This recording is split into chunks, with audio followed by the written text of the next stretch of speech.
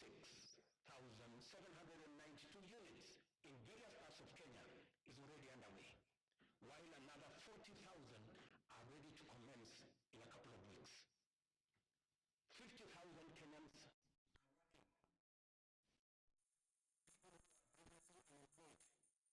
they are now engaged directly and indirectly in this enterprise, and the numbers will significantly increase as the projects move into the next phase and as we roll out many more units. A total of 746,795 housing units are in the pipeline as I talk to you under various stages of delivery. More jobs are being created with the formalization of the Jua Kali clusters, providing products like doors, hinges, and windows. And this morning, as I visited one of the sites that I went to launch the construction in March, I was amazed that a site that was flat in March today, and I was with the Member of Parliament for Rio, today has 11-block units, almost at 60% complete. And I also met the Jua Kali cluster for Rio, and they have been given a contract of 140 million to be able to supply doors and windows. Architects, engineers, quantity surveyors, masons, electricians, plumbers, transporters, steel and cement factory workers, and hardware merchants will be partakers in this transformative plan. I spoke to Moses today at the site in Ruiru, an electrician, and he told me out of the 1,700 workers in the site today, he was in charge of 114 electricians who are engaged in that site. And he asked me, Mr. President, make sure the next site is ready for us, because we will finish this ahead of time. Let me also say, we are constructing 400 markets across Kenya, provide Mama Mboga with a dignified working environment, complete with water, electricity, and other amenities. And I want to thank members of this House for participating in various ways and working with us and also with the country in identifying the right locations for these markets. Ladies and gentlemen, honorable members, our education system must develop a profitable reservoir of skill, talent, highly competitive and innovative human capital to support our vision an economically transformed Kenya. Within weeks of taking office, I appointed the Presidential Working Party on Education Reform led by Professor Raphael Munava, my former teacher, who provided clarity on transition to the new competence-based curriculum and made further recommendations on necessary reforms in our education system from early childhood all the way to the tertiary levels. The Working Party concluded its work and submitted a report whose recommendations are already being implemented. The urgent and vexing question of transition to junior school has been settled, and the Kenya Primary School Education Assessment will be used for the exclusive purpose of monitoring learners' progress and not for placement in any grade. In keeping with our commitment, 56,750 new teachers have been employed. I'm sure the Honorable member can confirm this. While 8,200 primary school teachers were retrained to equip them with capacity to effectively deliver learning and teaching at junior school levels. With changes To the entry requirements for teacher training colleges, admission has increased by 300% to now 20,456 trainees. I was privileged to be in Kwale last week to open the Kwale Teacher Training College, which had only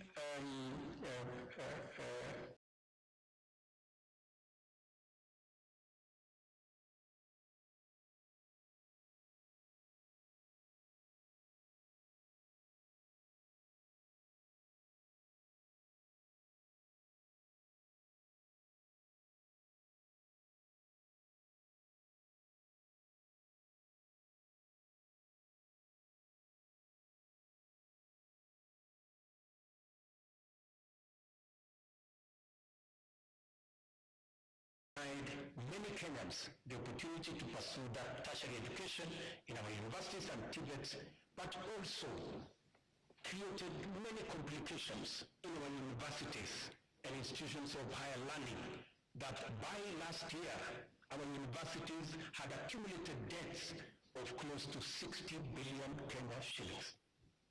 I sat down with all the vice chancellors of our 41 public universities, and we came up with a proposal that we are now implementing. The new model for financial support is student-centered and deploys a rigorous impartial means testing instrument to establish the level of need of every student, which then becomes the primary consideration in allocating scholarships and loans. To fully democratize our education system and make higher education accessible and affordable to all, we have also chartered the Open University of Kenya following requisite cabinet and parliamentary approvals. I want to thank this House for expediting the Open University Charter that had been in the works for the last 10 years. I also want to announce to you that the first 1,000 students will report next month. In the course of consulting Kenyans from all walks of life during the formulation of the bottom-up economic transformation agenda, the foundational contribution of health to citizen well-being and the role of costs in driving up poverty were identified as chronic. The implications are very clear, and we cannot afford to delay the delivery of universal health care anymore. Consequently, we have instituted radical reforms in the provision of healthcare services in Kenya, including the enactment of 4 new laws that will anchor the implementation of this bottom-up approach to healthcare. I am tremendously grateful to this House and honorable members for enacting the Primary Health Care Act, the new Social Health Insurance Act, the Digital Health Hub Act, and the Facility Improvement Financing Act.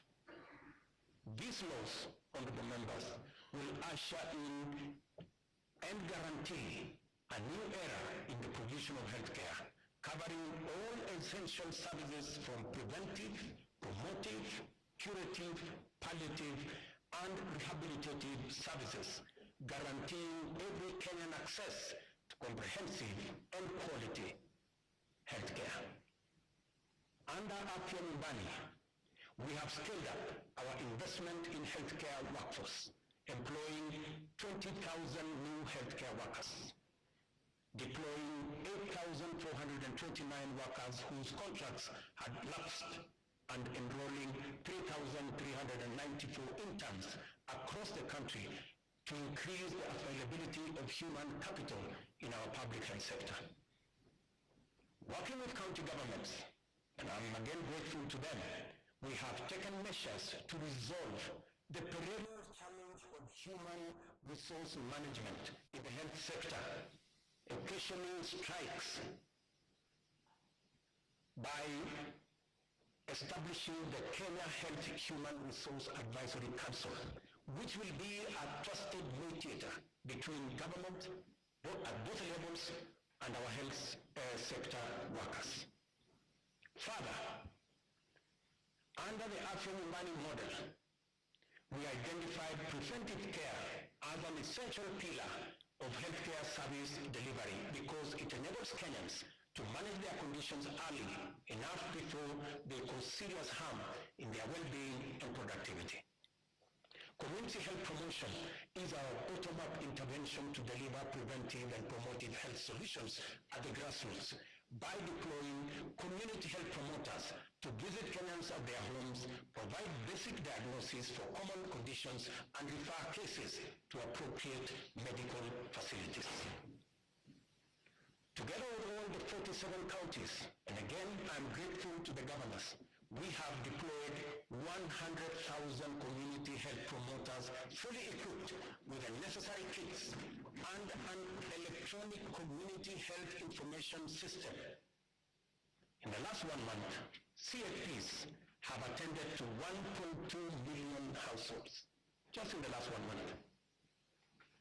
I spoke on phone to Mr. Masood Diriye, a community health promoter in Garissa, yesterday, who told me he has been a community health promoter, health volunteer since 2011. Unlike before, now he has a full medical kit and has used it to confirm that 7 people in his locality had high blood pressure. In a twisted fate, he tested himself and discovered that he too had high blood pressure. That's what he told me. And so, apart from referring others, he also had to make way to the hospital. Mr. Obembe Ogutu of Homa Bay told me that the program now makes primary health care a paperless engagement, saying it had started to reduce queues in hospitals.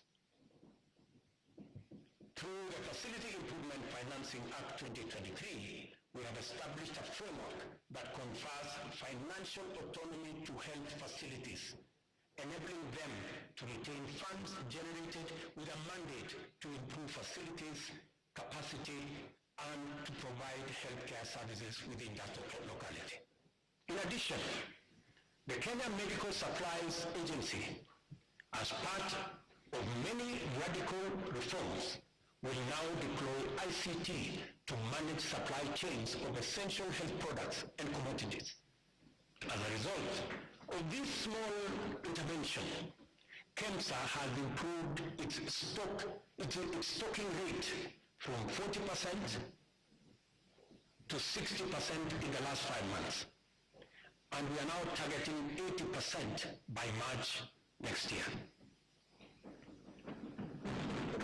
As it's becoming clear, we cannot hope anymore to deliver services to Kenyans in their millions across the country with any measure of efficiency, integrity, transparency, and accountability without ICT. From education and health to agriculture and financial inclusion, digital technologies reign supreme in transforming service delivery, governance improvements, and catalyzing efficiency throughout the economy. We have commenced the rollout of 100,000 kilometers of the last mile fiber optic connectivity to make reliable high-speed internet available throughout Kenya. Along with 25,000 free Wi-Fi hotspots in all market centers. Rollout, and I was given statistics by the end of this year, the first 2,200 will be rolled out, and another 1,450 ICT hubs in every ward. I want to thank the membership of this House for considering to change the NGCDF Act so that you can also deploy those resources in the ICT space and enable millions of young people in your constituencies and wards to access internet and technology for digital jobs, e-commerce, and to give them the possibility of working on remote jobs. I have engaged the chair and committee of this House In that space, we have agreed on the model of how the ICT hub will look like, and I am truly grateful that Parliament came through and considered changing the law so that we can work on this together. We have expanded digital provision of public services to encompass 13,000 services. And it is my commitment to ensure full digitization by the end of next month. Our decision to enhance efficiency and integrity in the provision of government services has gone a long way to improve revenue collection. Working with the private sector, we launched the local assembly of affordable smartphones last week in Athi River. Digitization and automation enhance service delivery and citizen satisfaction, and also assures greater accuracy, transparency and accountability, and reduces opportunity for corruption in the course of transacting with government ministries, departments, and agencies. Corruption, honorable members, wastage, inefficiency, and negligence are serious threats to our transformation agenda and unacceptable practice that has no place in our nation.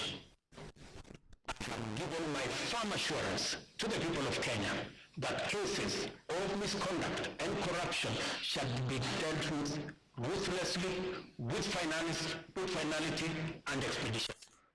I ask this honorable House to finalize the Assets Declaration and Conflict of Interest Bill to further tighten our anti-corruption policy framework and eliminate space for those who want to steal our money. The security and safety of all citizens is our foremost commitment and most fundamental obligation, without which every other endeavor is not possible.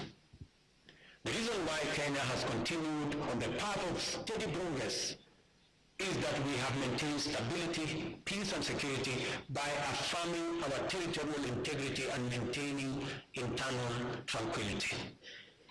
This is not to say our country has not had its share of security challenges. The specter of terrorism is a continuing threat that we must remain constantly vigilant against. Pockets of banditry, cattle rustling, and armed lawlessness have besieged and devastated communities in the North Rift, Northeastern, and occasionally parts of Eastern and the coast regions. We all know that insecurity disrupts lives and destroys livelihoods. Our country has lost too many people to this menace. Many children have been orphaned and missed school, and many families have been displaced because of lawless men taking up illegal arms and waging war against communities. The government exists to ensure that those who challenge our sovereignty, territorial integrity, national security, and the safety of the people of Kenya are expeditiously countered and rendered harmless. We have therefore taken firm and decisive measures to deal with the challenge of banditry and crime, cattle rustling, and other forms of impunity in all parts of the country, beginning with a successful security operation to restore calm in the North Rift. We have been systematic, focused, thorough, unrelenting, and totally committed to removing for good all threats to lives and livelihoods of Kenyans. I know there are pushbacks from the criminals, but I want to assure the honorable members of this House that we will be unrelenting, and until it is done, it is not done. In discharging this commitment, we have been mindful not to use security imperatives to commit impunity, including misuse of resources and extrajudicial infringement on freedoms and fundamental human rights of citizens. Sorry.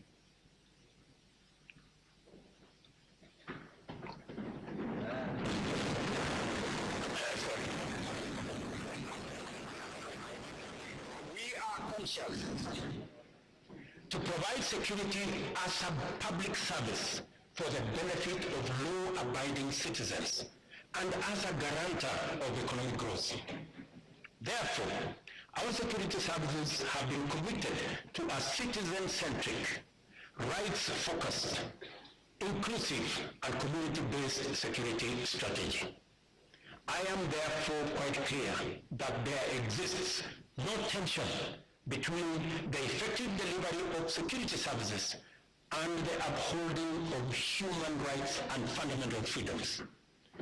We can be and therefore must be secure, yet free and democratic. In order to entrench our all-of-society coalition, we have resolved to enhance diversity and inclusion by expanding enrollment in the National Youth Service as an agency to capture young people at the bottom of the pyramid.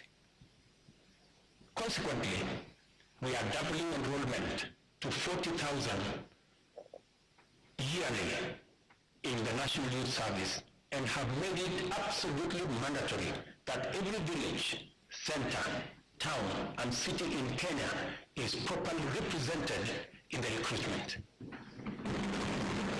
To consolidate this proposition, we have directed that 80% of future recruitment to all security services, from the military, the police, KWS, Kenya Forest Service, and all other security agencies, 80% will come from the well-trained, talented, and committed young men and women who have undergone training at the NYS.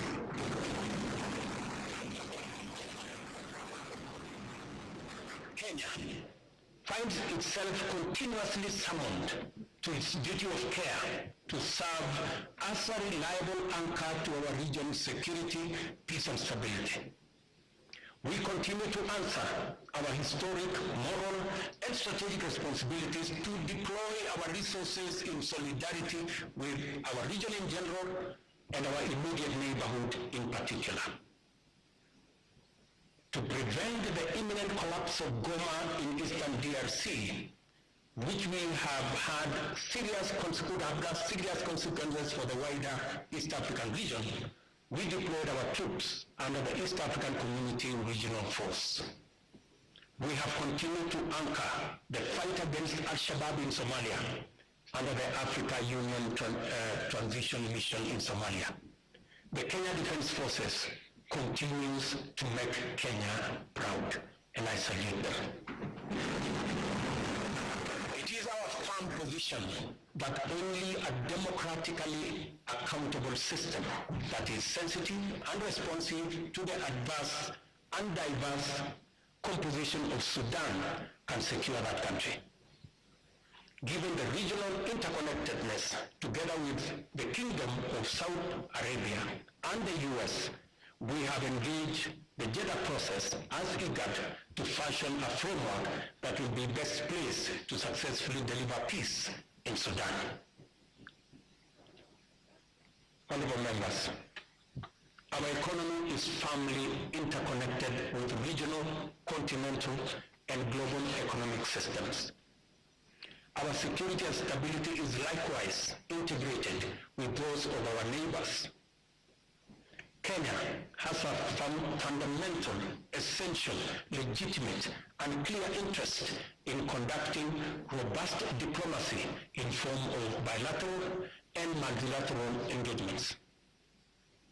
For the last 12 months, we have continued to fulfill our international obligations through Kenya's leadership in the international arena. This is underscored by the high-level summits Kenya has hosted and participated in. Kenya successfully hosted the inaugural first-ever Africa Climate Summit. We also hosted the 43rd ordinary session of the Executive Council, the 5th Nuclear Coordination Meeting of the Africa Union, and the Regional Economic Communities, and the first-ever African edition of the Berlin Climate and Security Conference in Nairobi. All these summits have brought into our country about 30 heads of state and government, and over 30,000 delegates from different parts of the world. The government has made deliberate efforts to harness the immense potential of Kenyans also in the diaspora. Indeed, I established the State Department of Diaspora in the Ministry of Foreign Affairs so that they can fully participate in the affairs of our motherland. I have committed to work collaboratively, consultatively, and collectively with the counties and all Kenyans to uphold our cherished national values as human dignity, equity, social justice, national unity, inclusiveness, integrity, good governance, transparency, and accountability. I encourage all honorable members and indeed all Kenyans to embrace an open mindset in regard to national strategic interests and to leverage on our rich heritage and diversity. One of the greatest strengths of our country is our capacity to devise bold, unprecedented solutions to our threats and challenges, create imaginative strategies to avert danger, and chart new paths to deliver us from adversity. There is no doubt that our nation has been confronted with immense pressure emanating from political misunderstanding sometimes and electoral disagreements. And it is because we have a robust democracy which we are very proud of. Such pressure can disrupt lives and livelihoods and undermine our economy.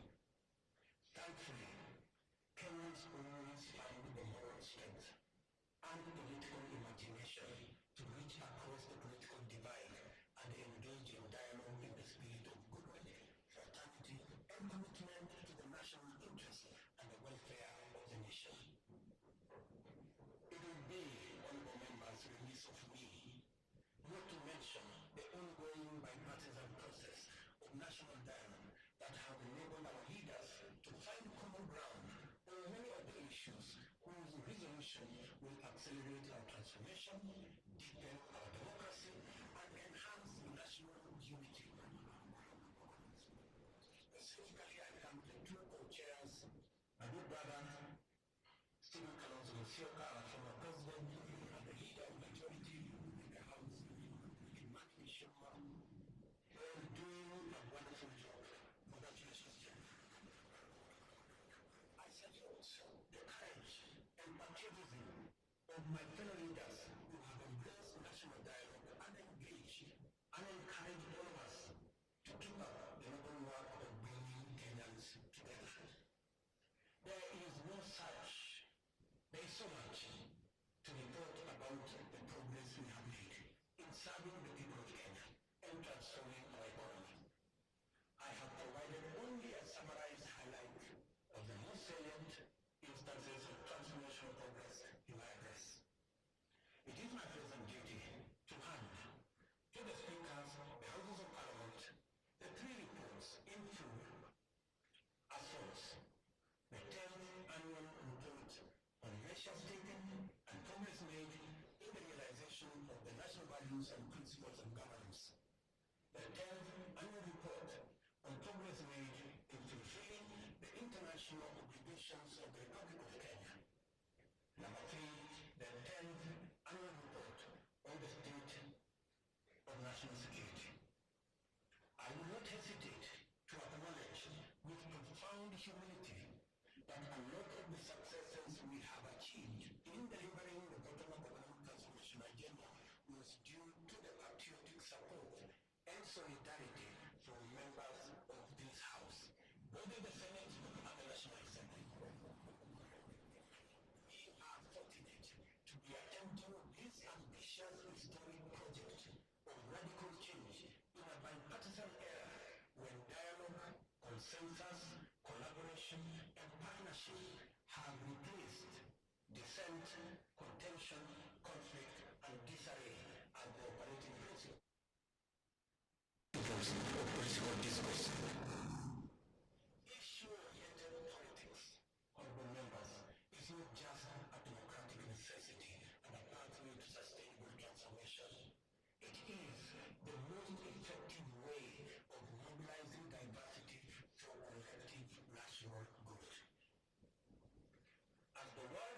from the destructive assaults on democracy and the relentless subversion of human dignity, freedom reigns supreme in our land, and our democracy grows deeper and more robust by the day. Our collective resolve as a nation to further entrench constitutionalism, democracy, good governance is a unique quality confers as a unique quality confers on us an incomparable advantage, the power to face the future without fear, to imagine a transformation that extends to posterity and envisions prosperity that benefits our children's offsprings and beyond. As long as we put the welfare of the people of Kenya as our central agenda and play our respective roles in ensuring that government is effective and accountable, efficient and transparent, Kenya's best futures are well within our reach. I am persuaded, honorable members, beyond any reason of doubt, that we shall achieve transformation beyond our wildest dreams within this generation. As a leadership and as a people, we have a historic opportunity to preside over the greatest transformation and progress ever witnessed in our nation. Kenya is a nation of brave, hardworking, enterprising people who are determined to prevail in the struggle for economic freedom and win the race for prosperity. In a nation like ours, great deeds will be accomplished whenever and wherever opportunity exists.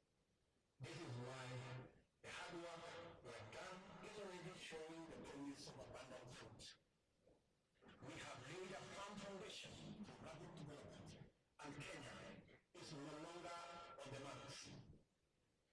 The state of our nation at this moment in time is prepared, all set, and ready to go.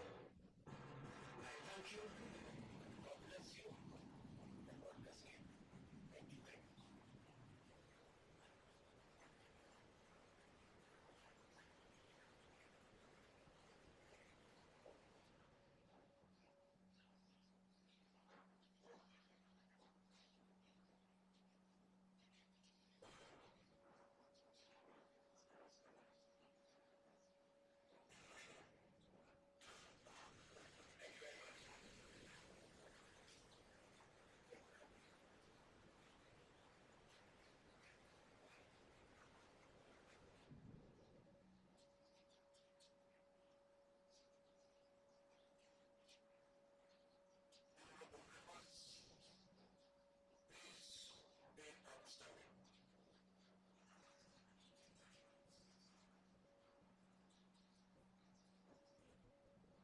Excellency the President, Right Honorable Speaker of the National Assembly, honorable members, we have come to the conclusion of the business of the day, and it is now time to adjourn.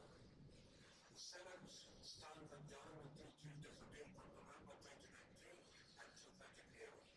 in the Senate chamber. And thank you. Honorable members remain outstanding. Honorable members from the National Assembly. The National Assembly now stands adjourned until Tuesday, 14th November 2023 at 2:30 p.m. I also take this opportunity as well as the President to invite all honorable members and our guests to our reception at the Parliament courtyard. We also request all of you honorable members and our guests to remain standing in your places until the procession of His Excellency the President and the speakers leave the chamber. I thank you.